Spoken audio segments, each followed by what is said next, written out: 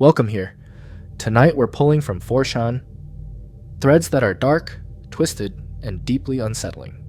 These stories are unfiltered. Hit like, subscribe, volume up, and we'll get into it. In August 2022, I was working nights as a dispatcher for a small private freight escort company outside Memphis, Tennessee. Most people think dispatchers just sit around and answer calls, but at our company we watched routes, checked fuel stops, warned drivers about road closures, and stayed on the radio until the trucks reached the next point. I usually worked from a small office near Lamar Avenue. The room had 2 old monitors, a coffee machine that always smelled burnt, and a wall map of the southeast covered with little colored pins. The overnight shift was quiet most of the time. Truckers called in when they needed a reroute or when something looked wrong. The driver who called me that night was a guy we called Mason. He had been running the same route for months, hauling equipment through Tennessee and Arkansas. He was calm on the radio, the kind of driver who joked about bad coffee and complained about traffic but never made a big deal out of anything. Around 1:40 in the morning, Mason came through my headset. "Hey, are you still watching my line?" "Yeah, what's up?" "There is a car following me." I looked at his route on my screen.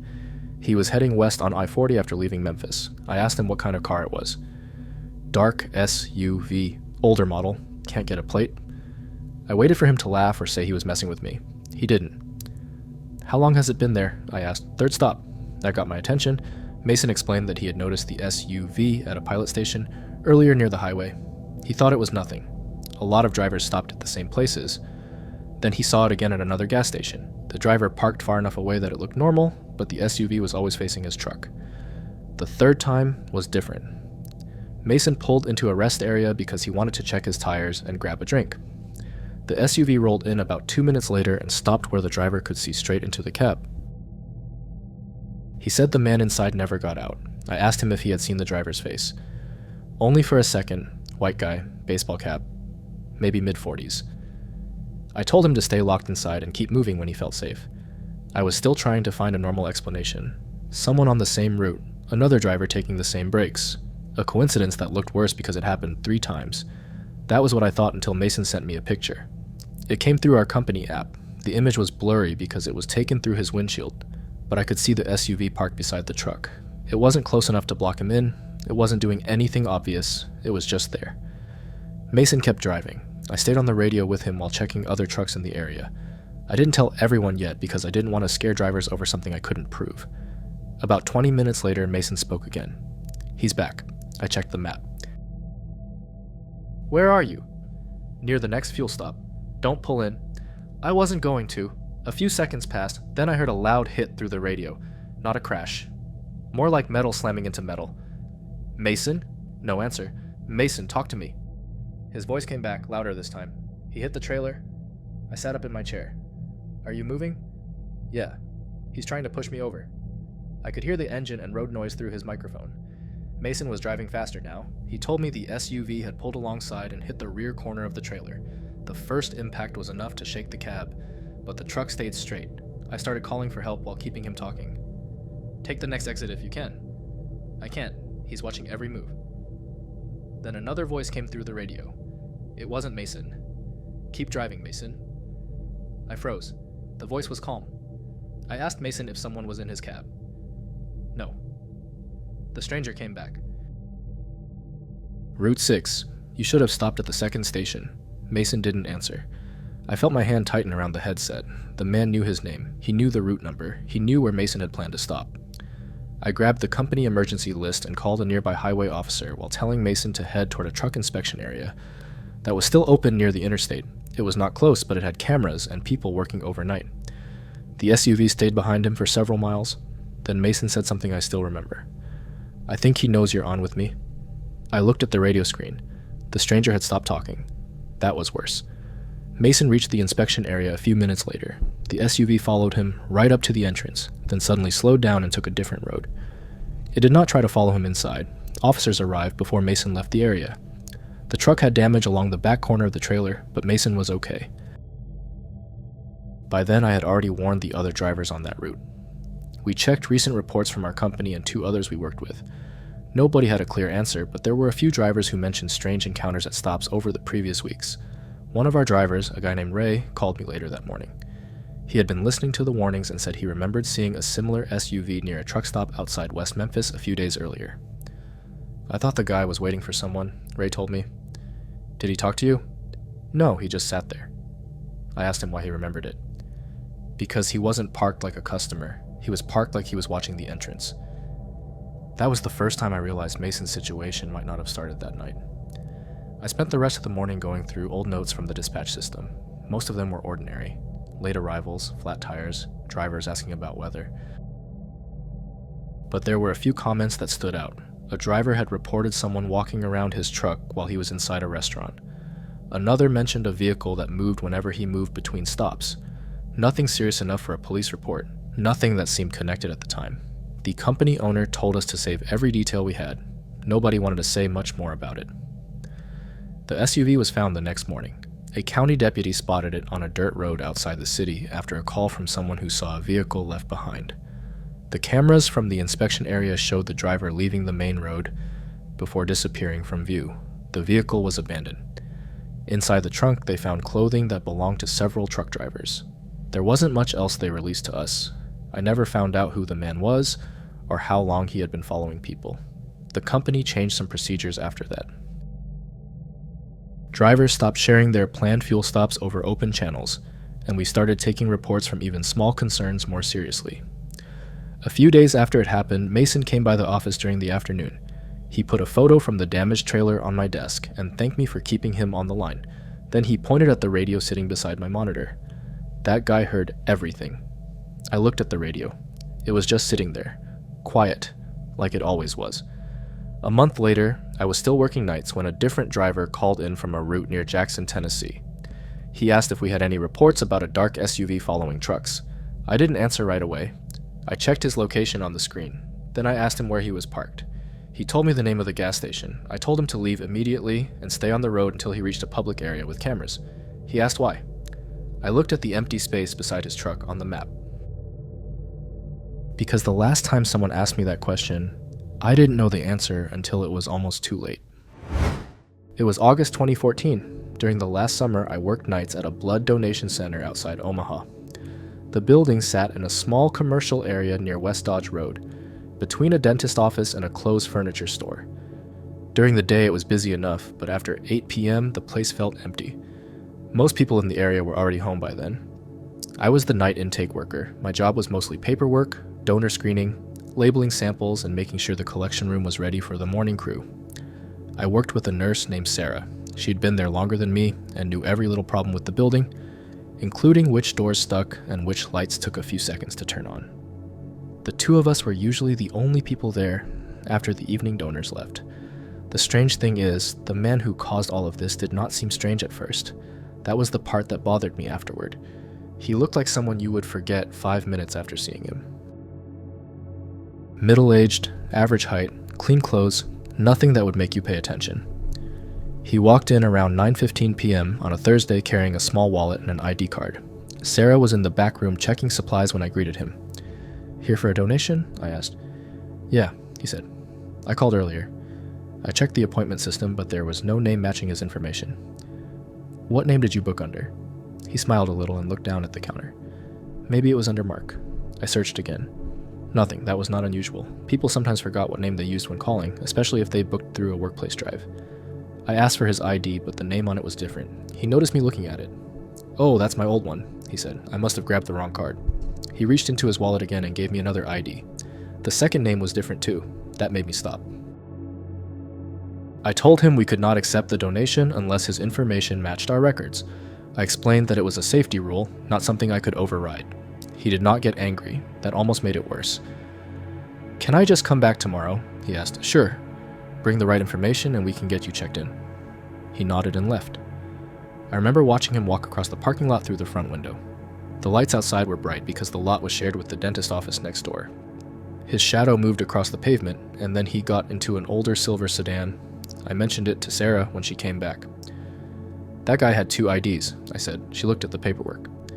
Maybe he forgot which one he had. Maybe. I did not think much about it after that. 2 days later, he came back. This time he used a different name. I recognized him before he reached the desk. He gave me the same polite smile. "Evening." I just looked at him. He noticed. Problem. You were here Thursday. He paused for a second. No, I don't think so. Sarah was nearby sorting tubes.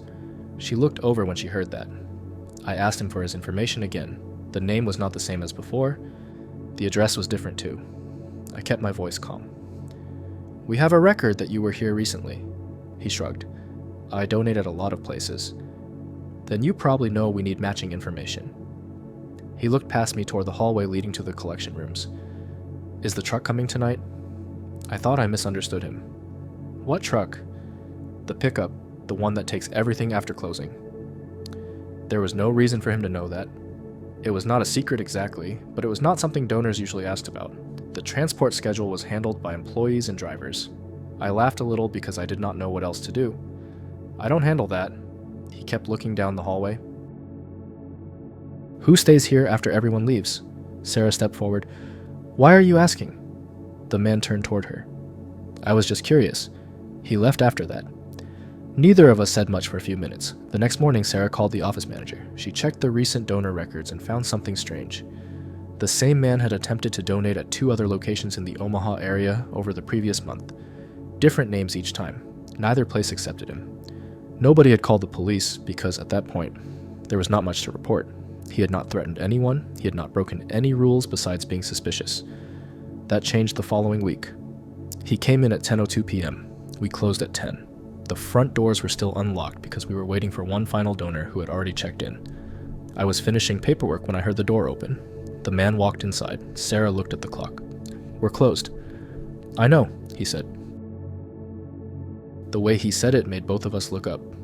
I stood from my chair. We can't take anyone else tonight. I know. He walked toward the counter anyway. I noticed he was not carrying a wallet this time. Do you have an appointment? No. Then I can't help you. He stared at the hallway behind us. I don't need the blood. There was a short silence. Sarah moved closer to me. What do you need? He looked back at us. I need to talk to someone who used to work here. I felt my stomach drop, mostly because of how specific that was. Who? He said a woman's name. It was the name of a former employee who had left months earlier. Sarah knew her. She doesn't work here anymore. The man smiled. I know. The room felt very quiet after that. I asked him how he knew her. He ignored the question. Is she still around sometimes? No. Does she come by? No. He walked away from the counter and toward the front door. For a second, I thought he was leaving.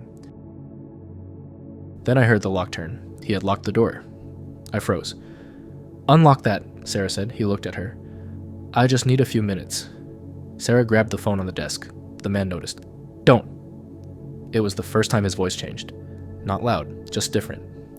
I stepped backward toward the employee hallway. The collection rooms were separated from the lobby by a door with a keypad lock. We used it after hours, so random people could not walk into the work area. Sarah whispered, Move. We walked slowly toward the hallway. The man did not follow immediately. That was the strange part. He just stood there looking around the lobby like he was checking something. I reached the keypad and entered the code. The door opened. We got inside, and Sarah closed it behind us. The laboratory area was cold. The refrigerators were always kept low, and the machines made a constant humming sound. I could smell the disinfectant from the counters and the rubber gloves stored near the sink. We moved farther in. The man knocked on the door. Come on, he said. I just want to talk. Sarah grabbed the emergency phone. The problem was the main alarm was connected to the front office, and the man was standing between us and that area. Sarah looked at the equipment panel near the refrigerators. Then she pointed. The cooling system had an emergency alert function. If there was a temperature problem, it automatically sent a service warning. She opened the panel.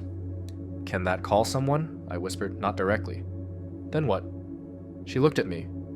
It calls maintenance. It was not much of a plan, but it was something. She triggered the alert. A red light started flashing. The building alarm did not scream. It was just a small warning tone near the equipment room. We waited. The man heard it. What did you do? Neither of us answered. He hit the door once with his hand. Not hard enough to break it, just enough to let us know he was there. A few minutes later, we heard him moving around outside, then nothing. Sarah kept the door locked. We stayed there until headlights appeared through the small window near the back entrance. The maintenance engineer arrived earlier than expected because the system flagged it as a refrigeration problem. His name was Mike, and he had worked on the building before. When he came inside, The front door was open. The man was gone.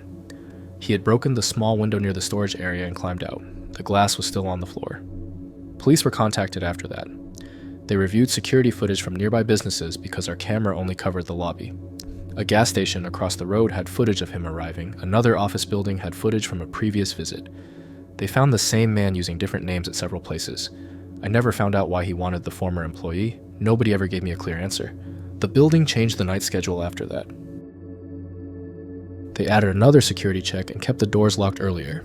A few months later, Sarah told me she saw his name mentioned in a report from another donation center in Nebraska. Different name, same face. In October 2016, I was working nights as a student cleaner at a university campus in Madison, Wisconsin. I was paying my own rent near East Washington Avenue, and the job was supposed to be easy. Empty classrooms, vacuum the halls, wipe down the bathrooms, lock up a few rooms. The kind of work where nobody really notices you. I usually started around 10 p.m. By midnight, most of the campus was quiet, except for the heating system clicking inside the older buildings and the occasional sound of a car passing on University Avenue. My building was one of the older science buildings near the center of campus. A lot of rooms had been renovated, but there were still hallways that looked like nobody had touched them since the 1980s. The first time I noticed the lab door, I honestly thought I had made a mistake. There was a room at the end of a basement hallway with a paper sign taped over the window that said the lab was closed. The sign looked old, with the corners curled up. I had been told during training not to enter any locked research spaces. If a room needed cleaning, someone would request it. One night I was pushing my cart past that hallway and saw the door was open about an inch. I stopped and looked at it for a few seconds. The room was dark, but I could see a small strip of light from inside. I figured maybe a professor forgot to shut it. That happened sometimes. People left coffee cups in classrooms, projectors running, even doors unlocked. I closed it and kept working. A few days later, it was open again. This time I noticed something strange. The lock was not broken. The door was just unlocked. I mentioned it to my coworker Mike, who handled the evening shift with me a few times a week. "That old lab?" he asked. "Yeah." He shrugged. "Nobody uses that place anymore. Probably someone from the department." That answer was good enough for me. I had exams, work, and barely enough time to sleep. I wasn't interested in finding problems. The third time I saw the door open, I walked inside. I know that sounds stupid, but there was no dramatic reason. I wasn't looking for anything. I was just annoyed because I had already cleaned that hallway, and I wanted to know if I needed to report another unlocked room. The smell hit me first. Dust, old paper, and the sharp chemical smell that some science buildings seem to keep forever. The lights worked after I flipped the switch. It wasn't an abandoned room. There were boxes on the tables, a computer monitor, a printer, a small refrigerator, humming in the corner. Then I saw the wall. There were photographs pinned above a desk. At first I thought they were campus photos, events, buildings, random stuff. Then I stepped closer. They were pictures of windows, dorm windows. Some of the photos showed rooms from outside, taken at night. I could see curtains, desks, lamps. In a few, there were people inside. I backed away from the wall. I didn't touch anything. I walked out, closed the door, and went straight to the security phone near the elevator. The campus security office answered after one ring. "Security. Hi, this is the night cleaning staff in the science building. I found something in one of the closed labs." The officer on duty was a guy named Alex. I knew him because he checked the building after hours. "What kind of something?" "I don't know. Pictures, personal stuff." There was a pause. "Are you still in the hallway?" "Yeah." "Go somewhere with other people around." That was the first time I felt like this was not just some weird storage issue. Alex came over about 10 minutes later. I waited near the main entrance under the bright lights while the smell of floor cleaner drifted up from the lobby. He walked down with me and looked through the small window in the door. He didn't open it. "Who has access to this room?" I asked. "Faculty, maybe department staff. I'll check." The next day I heard that a professor named Alan had a key. He worked in the same department and had been using the lab for some private project after hours. That was all anyone told me. For about a week, nothing happened. Then I saw Alan there. It was close to 1 a.m. I was taking trash bags toward the loading area when I saw him coming out of the basement stairwell. He was carrying a cardboard box against his chest. He stopped when he saw me. "Late night," he said. "Same as always?" He smiled a little. "Yeah, a lot of people are here late." He walked past me. The box was full of folders. I watched him leave through the side exit. The next night, the lab door was open again. I called Alex before going near it. He arrived with another officer, and this time they entered. I stayed outside. Through the doorway, I could see the desk had been cleared a little. A few minutes later, Alex came back out holding a stack of papers inside a plastic bag. Do you know what these are? I shook my head.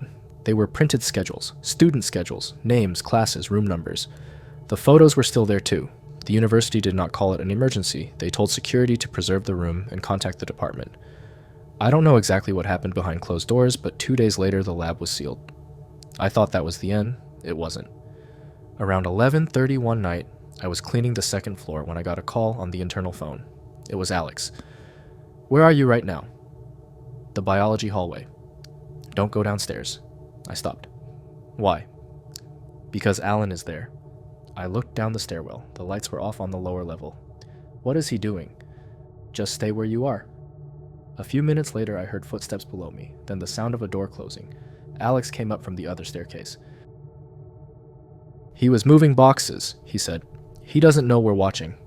That was when they checked the security cameras. The basement hallway had a camera pointed at the lab entrance. The footage showed Alan entering late at night several times after the room had been sealed. He was not supposed to have access anymore. The next shift, I didn't work alone. I stayed near the front desk with Alex until my supervisor arrived. When she got there, I showed her the pictures I'd taken on my phone the first night. I had taken them because I was afraid the room would be clean before anyone believed me. She sent them to the department chair. The next morning, I was asked to come into a small office near the administration building. Nobody accused me of anything. They just wanted a timeline of what I saw and when I saw it. I remember sitting there with a paper cup of coffee that had gone cold, while people I had never met looked through the photos on a computer screen. One person asked, "Are you sure these were in the lab?" I said yes. Another person asked if I recognized any of the people in the pictures. I said no. That was the hardest part. Some of the photos were taken from places I walked past every day. Dorm buildings I had cleaned near. Windows I had looked at without thinking about them. By morning, Alan had been removed from campus while they investigated. The university later told staff that he had violated policies and was no longer employed there. The part that bothered me most came out later. Some of the items found in the lab belonged to former students who had left years earlier. Old ID cards, personal notes, things that should not have been in that room. I never found out how long he had been using it.